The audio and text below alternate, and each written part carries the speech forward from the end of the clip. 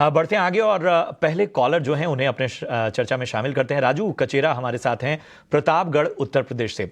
राजू जी नमस्कार, पूछिए क्या जानना चाहते हैं। सर, हमने सुजलॉन का शेयर बाई किया था 22 रुपए कुछ पैसे में। जी तो सर उसको होल्ड करना है या सेल करना है? 50 शेयर खरीदे थे हमने। जी जी। पहले तो आपको इस बात की बधाई देनी होगी क्योंकि बहुत ही अहम लेवल्स पे जहां से ये स्टॉक राइज होना शुरू हुआ है उस लेवल पे आपने स्टॉक में एंट्री ली है। फिलहाल आज हम देख रहे हैं कि प्रेशर बना हुआ है स्टॉक पे, लेकिन अब तक आप लगभग 70% के करीब मुनाफा कमा चुके हैं। तो अविनाश जी, सुजलॉन में अब जो है वो क्या रणनीति होगी? 22 रुपए की इनकी खरीद है।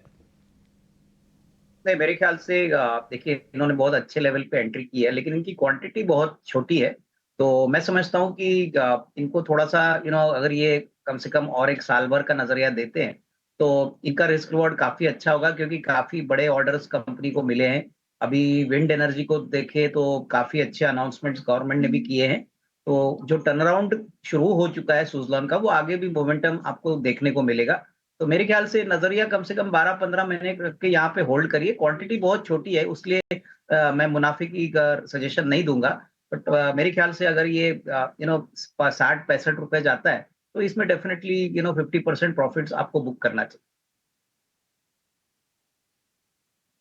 ये है सलाह सुजलॉन एनर्जी पर। अब फेसबुक पर ही कुछ सवाल आ रहे हैं। जुबिलेंट फूड्स पर अजय जी ने सवाल भेजा है, पंजाब से हैं ये, और इन्होंने 600 शेयर्स 481 के भाव पर लिया हुआ है जुबिलेंट फूड का। अविनाश जी, आप सलाह दीजिए। जुबिलेंट फूड 481 पे लिया था, अगर मौजूदा भाव देखें तो अभी हल्का नुकसान हो रहा है इनको इस स्टॉक में। 463 के पास ये स्टॉक कारोबार कर रहा है, क्या करें? क्या सलाह होगी आपकी स्टॉक पर?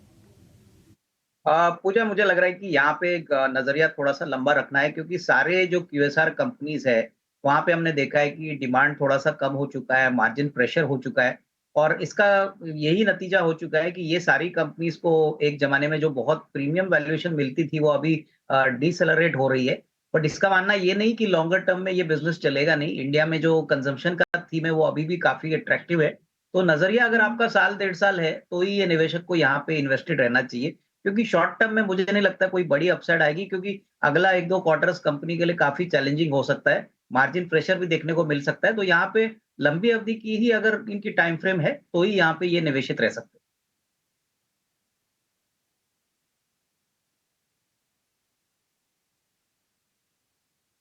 हेल्थ केयर हाल की लिस्टिंग और जो रिस्पांस था वो तो इतना अच्छा नहीं था, लेकिन आज देखिए अभी फिलहाल 9% ऊपर ये स्टॉक कारोबार कर रहा है जीपीटी हेल्थ केयर का।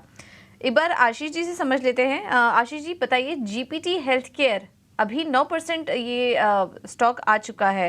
हालांकि शुरुआत इतनी अच्छी नहीं हुई थी, लेकिन अब तेजी से ऊपर आया ये स्टॉक। अगर आईपीओ की बात करें, कंपनी की बात करें, तो कैसी लग रही है आपको? पूजा, ये मेरे लिए सवाल है? माफ कीजिएगा अविनाश जी, जी आपके लिए सवाल है।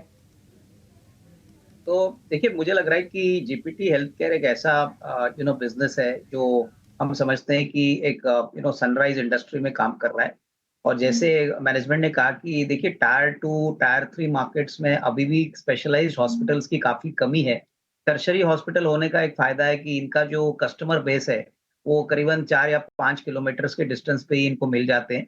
तो डेफ़िनेटली प्रॉमिसिंग बिज़नेस है। हालाँकि देखिए आईपीओ में इतना बड़ा रिस्पॉन्स नहीं मिला। बट मेरे ख्याल से अगर कंपनी अपने नंबर्स के ऊपर और आपके ऑपरेटिंग मैट्रिक्स पे अगर अच्छी तरह से उतरती है और नंबर्स अच्छे दिखाती है, तो मेरे ख्याल से इसमें कोई डाउट नहीं कि मार्केट ऐसे कंपनीज को रीरेट ज़रूर करेगा। मेरे ख्याल से अगर किसी को अभी भी इस स्टॉक में पोज़ीशन लेना है, तो कम से कम साल, 1.5 साल का नज़रिया से यहाँ पे पोज़ीशंस आप बना सकते हो। हमें लगता है कि ये काफ़ी अच्छी अपॉर्च्युनिटी रहेगी मीडियम टू लॉन्ग टर्म के लिए। लेकिन हाँ, शॉर्ट टर्म में थोड़ी-सी वोलेटिलिटी आपको देखने को मिलेगी क्योंकि अभी हाल ही में जो करेक्शन मिड कैप्स में हुआ है, इससे मैं यही कहूँगा कि आपको जो भी ट्रेड लेना है, मीडियम टर्म के पॉइंट ऑफ व्यू से ही ले लीजिए। शॉर्ट टर्म में काफ़ी ब ज़्यादा वोलेटिलिटी आपको मिड कैप स्टॉक्स में देखने को मिल सकती है। यहाँ पर YouTube के दर्शकों की ओर भी हम थोड़ा सा रुख कर लेते हैं और दर्शक लगातार एक ही सवाल बहुत बार डाल रहे हैं। सार्थक सेठ अपना सवाल लगातार डाल रहे हैं और अविनाश जी इनका व्यू लॉन्ग टर्म का है। NBCC में 47 की इनकी खरीदारी है और इतनी ही जानकारी इन्होंने दी है। क्या फ्रेश लेवल्स पर बाइंग और करनी चाहिए? NBCC पर ये सवाल पूछ रहे हैं। आई थिंक कविता, मुझे लग रहा है कि 47 की खरीदी है, अभी ऑलमोस्ट 3 गुना शेयर बढ़ चुका है। देखिए मेरे ख्याल से पहला जो डिसीजन उनको लेना है कि अपना कैपिटल उनको फ्री करना है। देखिए नॉर्मली हम बाजार में देखते हैं कि एक वन साइड तेजी जब चलती है तब लोग बिल्कुल शेयर बेचते नहीं। वो ये समझते हैं कि और थोड़ा शेयर ऊपर जाएगा तब हम बेचेंगे। तो 3 गुना शेयर बढ़ गया इनका। इनकी बाइंग प्राइस 47 है, अभी 130 रुपया चल रहा है। तो मेरे ख्याल से अभी मार्जिन ऑफ सेफ्टी का रूल इनको अडॉप्ट करना चाहिए। थोड़ा सा अगर शेयर कमजोर होता है, मान लीजिए 100 रुपए के नीचे आता है, तो थोड़ी सी खरीदी ऐड कर सकते हैं। बट एटलीस्ट अपना कैपिटल फ्री करिए ताकि इस बाजार में वो थोड़ा सा सेफ्टी के हिसाब से काम करे, क्योंकि मार्केट में वोलेटिलिटी जब बढ़ती है तभी गिरावट भी उतनी तेजी से आती है। जो दर्शक हैं फोन लाइन पर वो भी जुड़ गए हैं। सावन कुमार बर्मन साहब। सावन कुमार जी नमस्कार, कहाँ से बोल रहे हैं? नमस्कार मैम, मैं हरिद्वार से बात कर रहा हूँ। हरिद्वार से। शेयर बाजार सबका अधिकार इस मुहिम में आप जुड़े हमारे साथ, इसके लिए बहुत बहुत धन्यवाद। बताइए शेयर बाजार में कब से पैसे लगा रहे हैं? मेरे ख्याल से BHEL पर आप सवाल भी पूछना चाह रहे हैं। Yes ma'am, yes ma'am. बताइए। मेरे पास ना BHEL का 500 शेयर है और 199 के भाव पे है। तो मैम इसको होल्ड करना है या निकाल देना है?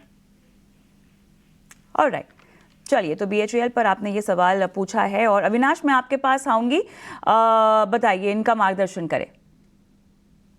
मेरे ख्याल से देखिए अगर इनका नजरिया कम से कम अगले 12-15 महीने का है तो BHEL में ये निवेशित रह सकते हैं। सबसे बड़ी बात, BHEL की ऑर्डर बुक बहुत ही स्ट्रांग लेवल पे है। एग्जीक्यूशन भी हमने देखा है कि पिछले 2-3 क्वार्टर से बहुत बढ़िया तरीके से एग्जीक्यूशन चल रहा है और अभी इलेक्ट्रिक व्हीकल को लेके काफी बड़े इन्वेस्टमेंट्स BHEL करने वाला है। तो हमको लग रहा है कि देखिए हालांकि स्टॉक काफी भाग चुका है, अगर नजरिया 12-15 महीने का है तो मैं समझता हूँ कि इनको निवेशित रहना चाहिए, क्योंकि यहाँ पे बहुत सारे बड़े अनाउंसमेंट्स और नंबर्स में इंप्रूवमेंट आने की अपेक्षा रहेगी। तो यहाँ पे होल्ड करें, कम से कम 12 to 15 मंथ्स का टाइम फ्रेम लेके। यहाँ पे मुझे लगता है अच्छा risk reward even current price पे मिल सकता है। ठीक है, तो ये नजरिया BHEL पे जो कि अविनाश जी ने आपको दिया। बढ़ते हैं आगे और अगले जो कॉलर हैं उन्हें जोड़ते हैं अपनी इस मुहिम से। अनिल कुमार यादव साहब हमारे साथ जुड़े हैं। अनिल जी बताइए, देश के किस हिस्से से बात कर रहे हैं आप और क्या जानना चाहते हैं? नमस्कार सर, मैं जम्मू से बात कर रहा हूँ। जी जी जी जी, मेरे पास UPL के 20 शेयर हैं 700 के रेट के, काफी ऊपरी रेट में लिए हुए हैं मेरे। तो अभी इसका रेट काफी डाउन चल रहा है, तो मुझे कब तक होल्ड करना चाहिए इनको? ठीक है, तो जरा एक नजरिया दे दीजिए, कब तक आप स्टॉक में बने रहना चाहते हैं? 1+ ईयर में रह सकता हूँ। ठीक है, ठीक है। तो लंबी अवधि का नजरिया, तो अविनाश जी मैं आपके पास ही आना चाहूंगा। UPL 700 रुपए, काफी ऊपरी स्तरों पर इन्होंने ये स्टॉक खरीदा है। हालांकि अब यहां से भी ये 1 से 1.5 साल का नजरिया चाहते हैं, तो बताइए क्या राय होगी?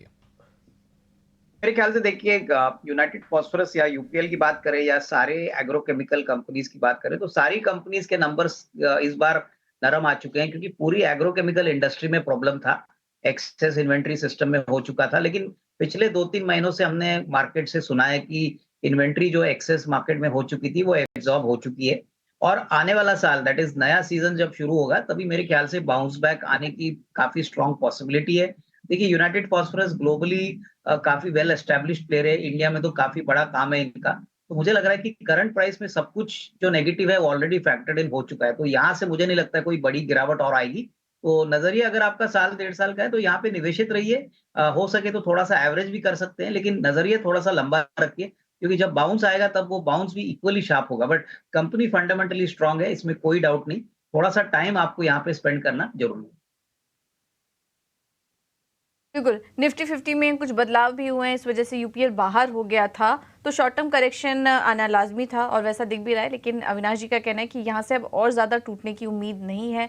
आप चाहें तो मौजूदा स्तर पर और शेयर्स खरीद सकते हैं, यानी कि एवरेज कर सकते हैं और थोड़ा समय दीजिए, 1-1.5 साल का समय दीजिए, आपको लेवल्स आपके ज़रूर दिखेंगे। निकलने की जल्दीबाजी ना करें, स्टॉक अच्छा है।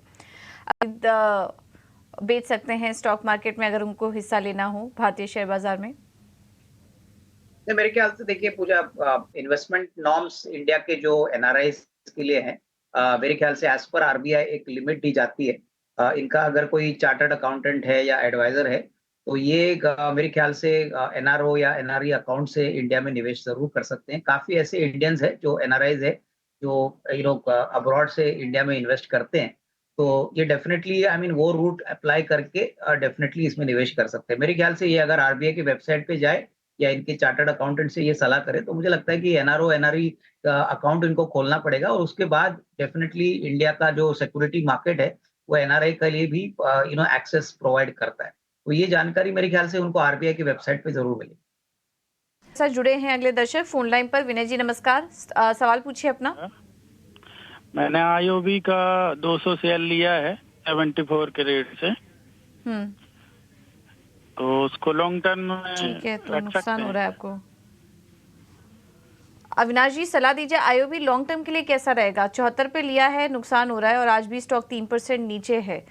निकलने की सलाह देंगे, कोई और स्टॉक इनको सुझाएंगे या फिर बने रहे आईओबी में तेजी के लिए? देखिए मेरे ख्याल से आईओबी में नंबर्स तो काफी अच्छे आ गए हैं, एसेट क्वालिटी में भी ठीक ठाक हो चुका है।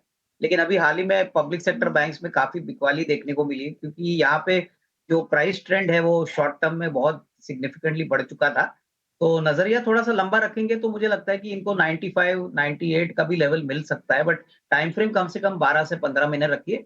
बैंक अपने साइड से नंबर्स अच्छा डिक्लेयर कर रही है, एसेट क्वालिटी का आंकड़ा भी इंप्रूव हो रहा है। तो ये ट्रेडिंग व्यू नहीं है, बट अगर इनका नजरिया कम से कम 12-15 महीने का है तो यहाँ से अच्छा रिस्क रिवॉर्ड बन सकता है, तो होल्ड करने की राय रही।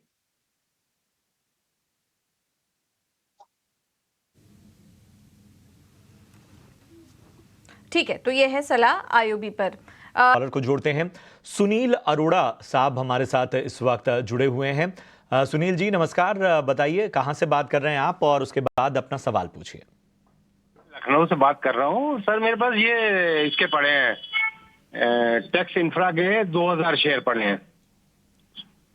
ओके, किसके तो सर ये बताइए कि ये टैक्स जो रेल के जो रेल जी से जी टेक्समाको रेल, शेयर्स है, टेक्समाको हाँ। रेल, जी जी जी टैक्समाको इंफ्रा है ये, ओके रेल नहीं है। ओके। हाँ, तो ये उन्हीं का ग्रुप है, रेलवे का ही ग्रुप है सर।